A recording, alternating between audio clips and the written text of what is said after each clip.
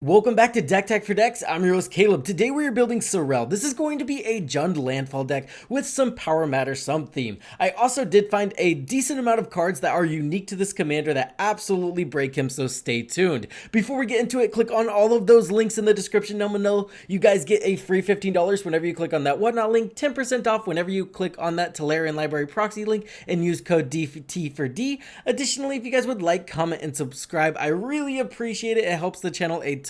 I know it's annoying to ask, but it really does make a huge difference and I appreciate it. Let's read the commander. Szarel, Genesis, Shepard. This is a 5 CMC legendary creature insect druid in Jund colors. It has flying and says you may play land cards from your graveyard. Whenever you sacrifice another non-token permanent during your turn, put a number of 1/1 counters equal to Szarel's power on that other creature, on another target creature, right? So the goal of this deck is going to be simple. We want to buff up our commander's power. That way we're putting a ton of counters on our creatures whenever we're sacrificing permanents. Then we have a strategy that wants to sacrifice permanents for value, and 9 times out of 10 we're sacrificing lands for value. Remember, he allows us to play land cards from the graveyard, so sacrificing a land to then play the land card that you just sacrificed back is going to be super easy to do. We can also play fetch lands to make this easy as well. Fetch lands already have an ability that allows them to sack themselves, so now half the strategy is doing itself for you. Then you can include cards that allow you to play additional land cards, and when you play additional land cards that sacrifice themselves from the graveyard, the deck is just going to churn and you're going to make some massive creatures.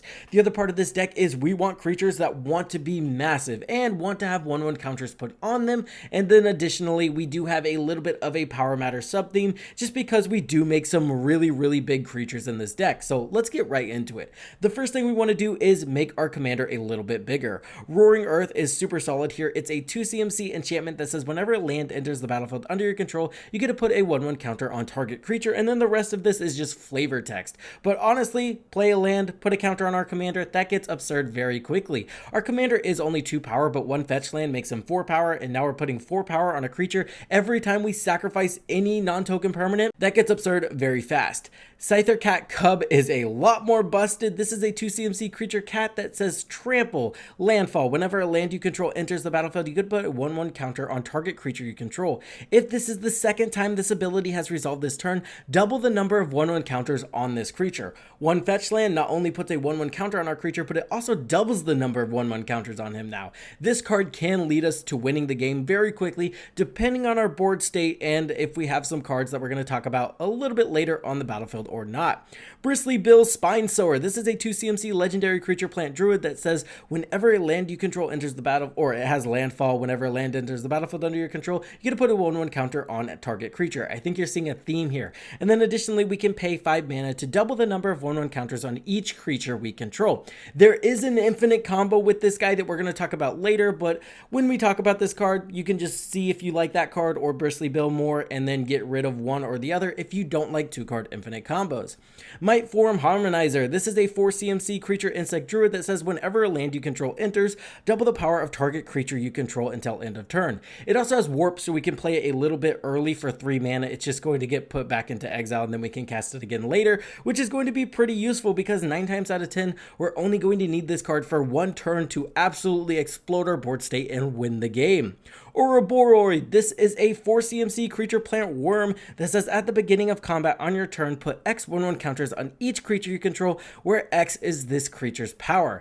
This is a really good card in the deck because this does 2 things, right? And every time you can get a card that does 2 things, it's super good to include. This is not only a card that buffs our commander, it's also a card that wants us to put counters on it over and over again. So it fits into 2 of the categories I talked about at the beginning of the video. The Skullspore Nexus is a personal favorite of mine. This is an 8 CMC artifact, but you're only ever going to spend 2 mana for this because this spell's cost is reduced by X, where X is the greatest power among creatures we control. And then it says whenever 1 or more non-token creatures you control die, you get to create a Dinosaur Spore token that has its power and toughness equal to the power of that creature. And then we can pay 2 to tap it and double target creature's power until end of turn. That's absolutely busted in a deck that has you putting 1/1 counters on creatures equal to your commander's power, and when you're sacrificing up to 8 permanents per turn, right? Not okay. Burrogoyf and Rampant Fraugantua are absolutely insane in the deck. They are very powerful mill engines, and Rampant Fraugantua allows us to put a ton of lands onto the battlefield. This is a 3 CMC creature frog that has trample, and Rampant Fraugantua gets +10/+10 for each player who has lost the game.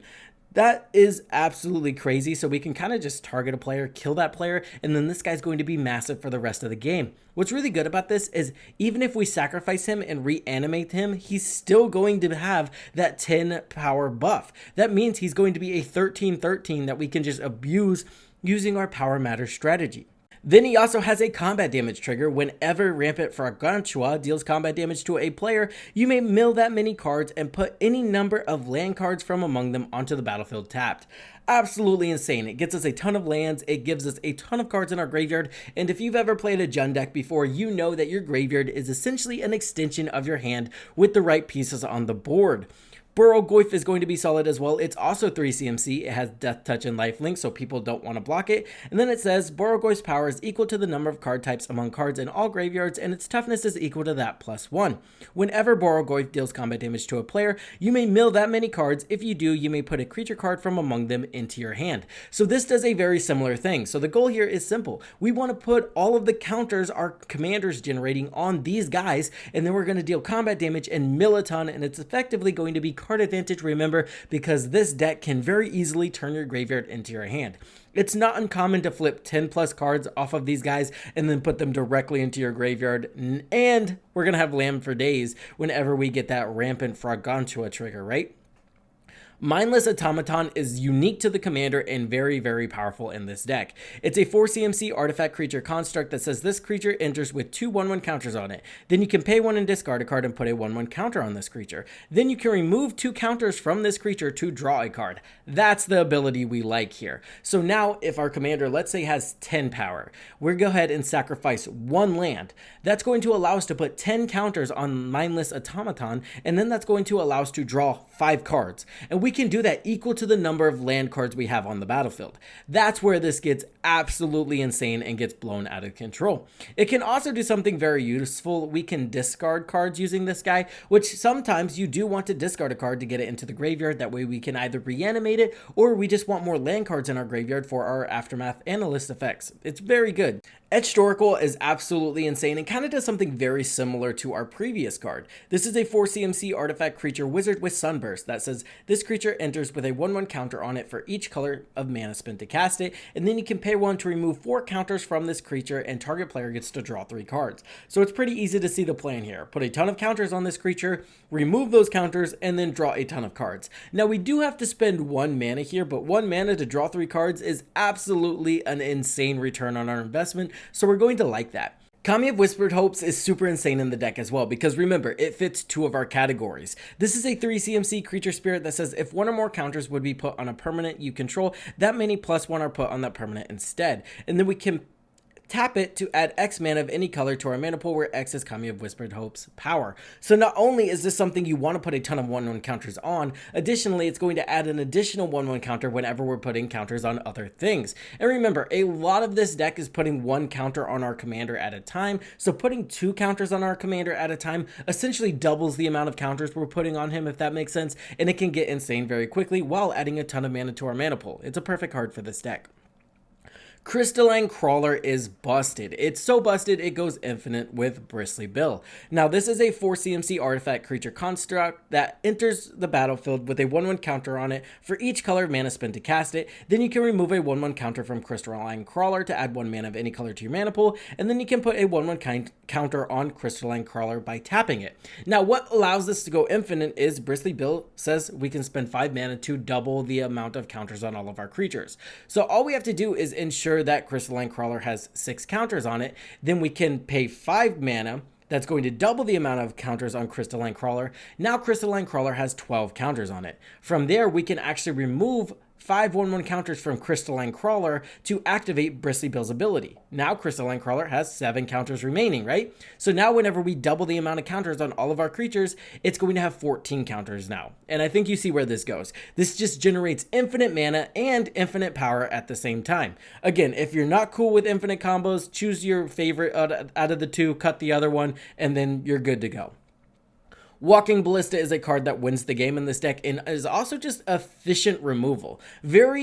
Not very often do you have a Walking Ballista in a deck that's just not part of a combo, and this is one of those decks. This deck, we just want to put counters on Walking Ballista, remove the counters, and ping down our opponent's creatures, and then in the late game, this can be a game ender if we're either able to generate infinite mana or just a lot of counters also kills the table. And remember, a lot of counters is very feasible with this deck.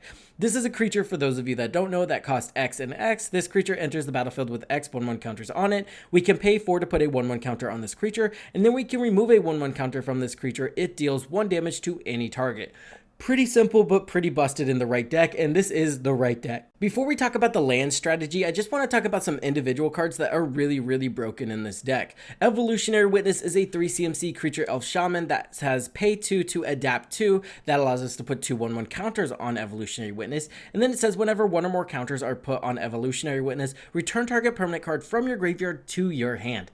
That's crazy, because what happens here is we sacrifice a land, or any permanent for that matter, and then we're able to return a permanent card from our graveyard to our hand. It essentially just turns our graveyard into our hand, right? Now all permanents in our graveyard are very accessible to us. All we need to do is have an ability that allows us to sacrifice a permanent. And I assure you there is a ton of those abilities in this deck. So again, this card, crazy.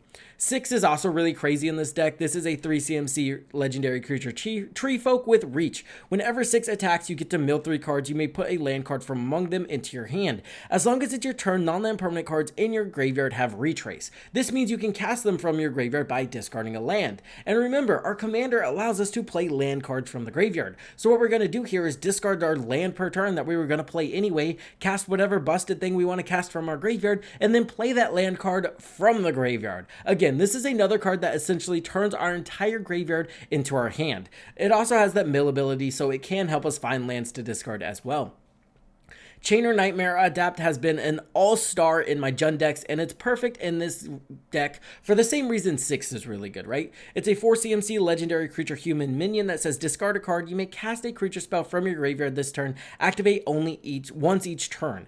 Whenever a non-token creature enters the battlefield under your control, if you didn't cast it from your hand, it gains haste until end of turn. That is a very useful ability, and it doesn't just work from the creature we cast with Chainer's ability. It works with any creature we cast from the graveyard. So if we have Chainer on the battlefield and we cast a creature card using 6, that creature is going to have haste now since we didn't cast it from our hand. Absolutely insane. And then again, Chainer can do the same thing 6 does. We discard our land card that we want in the graveyard anyway, and now we can cast our creature spells that we milled earlier. That way, again, turning our graveyard essentially into our hand. Corvold, Fave Cursed King, and the Gitrog Monster. No surprise to why these guys are in the deck, but we do have to talk about them.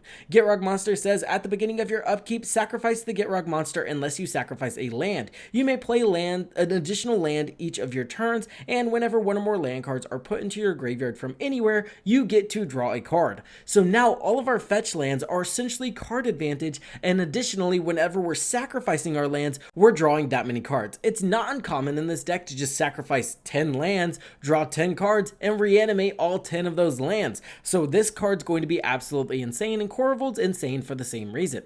This is a 5 CMC legendary creature dragon noble that has flying, and whenever Corvold Fave Cursed King enters the battlefield or attacks, you get to sacrifice another permanent. So not only is it a sacrifice outlet for our commander, allowing us to sacrifice more permanents, it also says whenever you sacrifice a permanent, put a 1/1 counter on Corvold and draw a card. So it does exactly the same thing Gitrog does, but better, because now every time we sacrifice any treasure token, any creature, we're drawing cards. This card just wins games. It's not fair. It's pretty fun though. Shigeki Jukai Visionary. This is one of my all-stars, and I love it in this deck for a lot of reasons. This is a 2 CMC legendary enchantment creature snake druid that says pay 2, return Shigeki Jukai Visionary to its owner's hand, reveal the top 4 cards of your library. You may put a land card from among them onto the battlefield, put the rest into your graveyard. And then he has a channel ability for XX and 2 green. We can discard him and return up to X target non-legendary cards from your graveyard to your hand. So again, this allows us to fetch our key pieces that we accidentally milled with him. Perfect early game card advantage. It also goes insane with haste, and we are running anger, and this guy can reliably get anger in the graveyard as well. With haste, we're able to actually play this guy and instantly activate him, so that can help us find a landfall trigger if we need it in a pinch.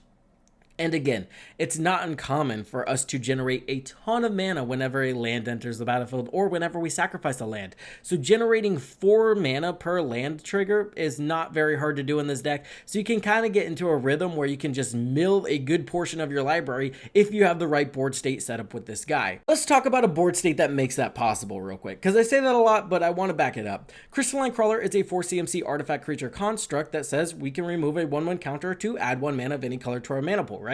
So in a scenario where our commander has over 4 power on him and we have a way to reliably sacrifice a land, all we have to do is activate Shigeki's ability. That's going to put a land into play. We sacrifice the land, we put 4 counters on our Crystalline Crawler, and then boom. Not only do we have enough mana to go ahead and cast Shigeki again, we also have enough mana to return him back to our hand. And all we need to make this happen is the cards I previously talked about and haste in the graveyard for, or anger in the graveyard for haste for Shigeki. Again, it does take a lot of cards to put together, but when everything has high synergy in a deck, you need to be looking for those lines that can just be like, oh wow, this is crazy, and that's going to lead you to understanding a deck more and honestly winning more games with decks that you're either building from offline or decks that you've played yourself and you've just never seen that synergy. So it's always important to think about how can we break this card in this deck, and does it synergize enough? Because most decks should go near infinite at a certain turn at this point. I'm not saying if you're not playing infinite combos, you're not playing Magic. I don't want to rant too hard, but I'm just saying, like, you need to be putting enough synergy in your deck to where crazy stuff like this can just randomly happen. Not only is it fun for the player, but it's also just meaning you're on the right track whenever you're putting enough density of these cards together. Hopefully that wasn't a long enough rant, but let's get right back into the deck tech. Mayhem Devil, also insane, a 3 CMC creature devil that says whenever a player sacrifices a permanent, Mayhem Devil deals 1 damage to any target. This can get rid of small creatures, it can get rid of big creatures, and honestly it can just be a solid amount of ping damage to keep our opponent's threats off the board. Altar of Dementia sacrifices a creature and mills cards equal to that creature's power. This can win us the game if we mill out our opponents, but 9 times out of 10 we're in Jund, so we're milling ourselves to turn that graveyard into our hand to get that sweet card advantage in the form of mill. Greater Good is also amazing. It allows you to sacrifice a creature and you draw cards equal to that creature's power. Then you have to discard 3 cards. As long as we're discarding lands here, this deck does not care about that. Braids Arisen Nightmare, also amazing in this commander. It's a 3 CMC legendary creature nightmare that says at the beginning of your end step, you may sacrifice an artifact, creature, enchantment, or land, or planeswalker, or land's the big one here. If you do, each opponent may sacrifice a permanent that shares that card type with it. For each opponent who doesn't, that player loses 2 life and you draw a card. So let me ask you this. If I sacrifice a land, what are the odds that all of my opponents are also going to sacrifice a land?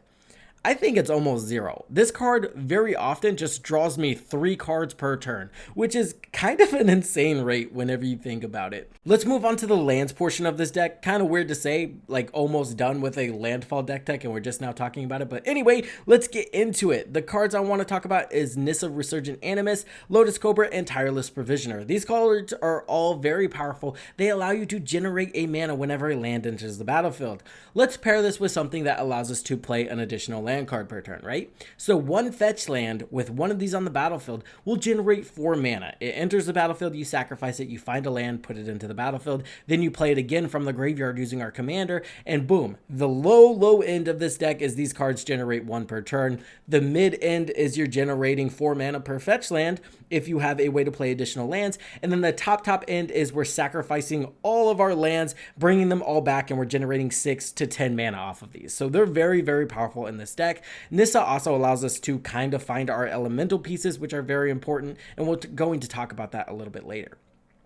The next thing we need to help with consistency is a way to play additional lands, right? If you have a fetch land, you're able to play it from your graveyard using our commander. So being able to play additional lands is just going to help this deck function a ton. It's also the reason that I'm not playing 40 to 45 lands in a landfall deck. I want to use fetch lands using our commander's ability to play land cards from the graveyard. I think that's just going to be more consistent, and we're just going to put more fun cards in our deck without losing the consistency of needing landfall to trigger our landfall effects. decks. Azusa's Lost but Seeking allows us to play 2 additional lands. Wayward Swordtooth allows us to play an additional land. It also has 5 power on it, so it kind of synergizes with the Power Matters theme as well. Exploration, 1 mana, allows us to play an additional land. Dryad of Illusion Grove does the same thing and fixes all of our color types. Hearth Hall the World Seed. This is the other commander in the precon, and it's really solid in this deck. It costs Jund and then 1, and then it has that station ability. If we station it 2, it gets the ability to pay 1 and sacrifice a land to draw 2 cards, and then it also allows you to play an additional land, so that's really useful in this deck. And then it has Flying, Vigilance, and Haste at station 8, and whenever you sacrifice a land, each opponent loses 2 life. So it can also double as a win con later in the game whenever we're sacrificing a ton of lands and bringing them all back.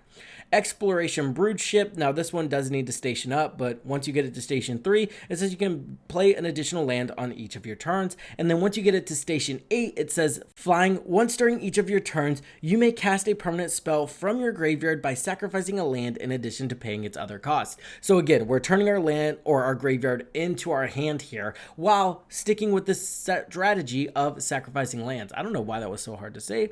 Squandered Resources is a 2 CMC enchantment that's absolutely busted in this deck. It says sacrifice a land, add to your mana pool 1 mana of any type that sacrificed land could produce. Play this ability only as a mana source. So now we're sacrificing lands to generate more mana, which can be absolutely insane with some of the cards we're about to talk about. We also have other ways to sacrifice our lands, well, like Zoran Orb. This one's the GOAT. It's amazing. You sacrifice a land, you gain 2 life. It's that simple and super powerful in a deck that has you mass reanimating all of your lands. Sylvan Safekeeper is very good, but you do need to know this interaction. It says you can sacrifice a land, target creature you control gains Shroud until end of turn. Notably, Shroud means they can't be targeted by us or our opponents, so it's a very good protection piece. The only problem is if we're trying to sacrifice 10 lands and have only 6 creatures, you need to respond to the trigger before it resolves. That way the creature you're targeting does not gain Shroud until we've sacrificed all of our lands, right? Because if you sacrifice 6 lands and give 6 individual creatures Shroud and we still have 4 lands left to sacrifice, it's not going to do the thing. So just make sure you know the interaction where as long as you respond to the creature getting Shroud, it doesn't have Shroud yet, and that allows you to target 1 creature and sacrifice all of your lands. As long as you just let your opponents know you're responding to the trigger, it hasn't resolved yet. Let's get into the payoffs of all of these lands entering and exiting the graveyard. Baloth Prime is a 4 CMC creature that says this creature enters the battlefield tapped with 6 stun counters on it. 6 stun counters. It says whenever you sacrifice a land, create a tapped 4/4 green beast creature token and untap this creature. So after we sacrifice 6 lands, this creature is going to untap every time we sacrifice an additional land. Notably, that's going to be incredibly powerful for our crew abilities, or station abilities, because this guy does also have 10 power. A 4 CMC creature with 10 power is just very good in a power matter strategy, and now this guy also untaps whenever we sacrifice a land. He also has an ability to pay 4 to sacrifice a land and then you gain 2 life. I can't see us ever activating that, but he does have a way to sacrifice lands on him, so that's welcomed. Titania, Protector of Argoth, is a 5 CMC legendary creature elemental that says whenever Titania, Protector of Argoth, enters the battlefield, return target land card from your graveyard to the battlefield. So more Landfall goodness. And then it says whenever a land you control is put into a graveyard from the battlefield, create a 5/3 green elemental creature token. So now we're generating a massive board state. Let's say we sacrifice 5 lands. Now we have 5/3s. That's crazy, especially whenever you think about greater good, right? So now we can sacrifice all 5 of those creatures to draw 25 cards. I mean, you have to discard in there too, but still, seeing 25 cards and getting to shape your hand out of that, that's game winning right there. Aftermath Analyst and Lumra are super powerful in these decks as well. Aftermath Analyst says 2 mana, and then whenever Aftermath Analyst enters the battlefield, you get to mill 3 cards. Then you can pay 4 to sacrifice Aftermath Analyst, return all cards from your graveyard to the battlefield tapped. Again, with Lotus Cobra on the battlefield, that's generating a ton of mana, and remember, that's going to allow us to trigger all of our land sack effects, along with all of our ETB effects as well. Remember the circle. And then Lumra, Bellow of the Bards, is another very powerful card in this deck. deck, it's 6 CMC. Whenever Lumra enters the battlefield, you get to mill 4 cards and return all land cards from the graveyard to the battlefield tapped. Another way to just bring them all back. Let's say we have Aftermath Analyst and a sack outlet for our lands on the battlefield. Let's sacrifice every single land on the battlefield, and then we're able to sacrifice Aftermath Analyst to bring all those lands back. Now let's say we left one of those lands behind and we have Evolutionary Witness on the battlefield. Now we sacrifice that last land, and that's going to trigger Evolutionary Witness because our commander puts a counter on it, and that brings Aftermath Analyst back onto the battlefield. So let's say again we have Lotus Cobra on the battlefield. That's going to generate us a mana for each land that entered. So as long as we had 6 lands enter the battlefield, that's 6 mana, and we can do this again. And that's going to trigger all of our landfall triggers infinitely. It's going to trigger all of our sacrifice lands infinitely, and it's not hard to find a way to win the game from there. And that's going to be the main play pattern of the deck, and that's kind of how the deck wins a lot of the times. And honestly, there's not just one way to do it either. Springheart Nantuko is also just not okay in this deck. This is a card that says whenever a land enters the battlefield under your control, you may pay 1 in green. If Springheart Nantuko is attached to a creature you control, if you do, create a token that's a copy of that creature. If you didn't create a token this way, you get to create a 1/1 green insect creature token. This card does a lot of broken things in this deck. One, if you enchant it with a Lotus Cobra effect, after you generate 2 token copies of Lotus Cobra, it kind of pays for itself every time a land enters the battlefield, and you can generate a ton of Lotus Cobras that way. It also does just go infinite with either Lumra or Aftermath Analyst. What happens here is you have lands enter the battlefield, you create a token copy of Aftermath Analyst or Lumra, and then Lumra allows you to sack itself to the legend rule, and then in between the Lumra activating itself for its ETB, or with the ETB trigger on the stack, you sacrifice all your lands, and then all your lands come back. And then again, you pay for the Aftermath Analyst, and then that happens again. So you can get infinite landfall triggers that way, and that triggers everything from your landfall to your land sacrifice effects. It kind of just does some absurd things. And Aftermath Analyst does exactly the same thing, but you need to generate 6 mana here, right? 2 to activate the Nantuko Husk, and 4 mana to sacrifice the Analyst token copy.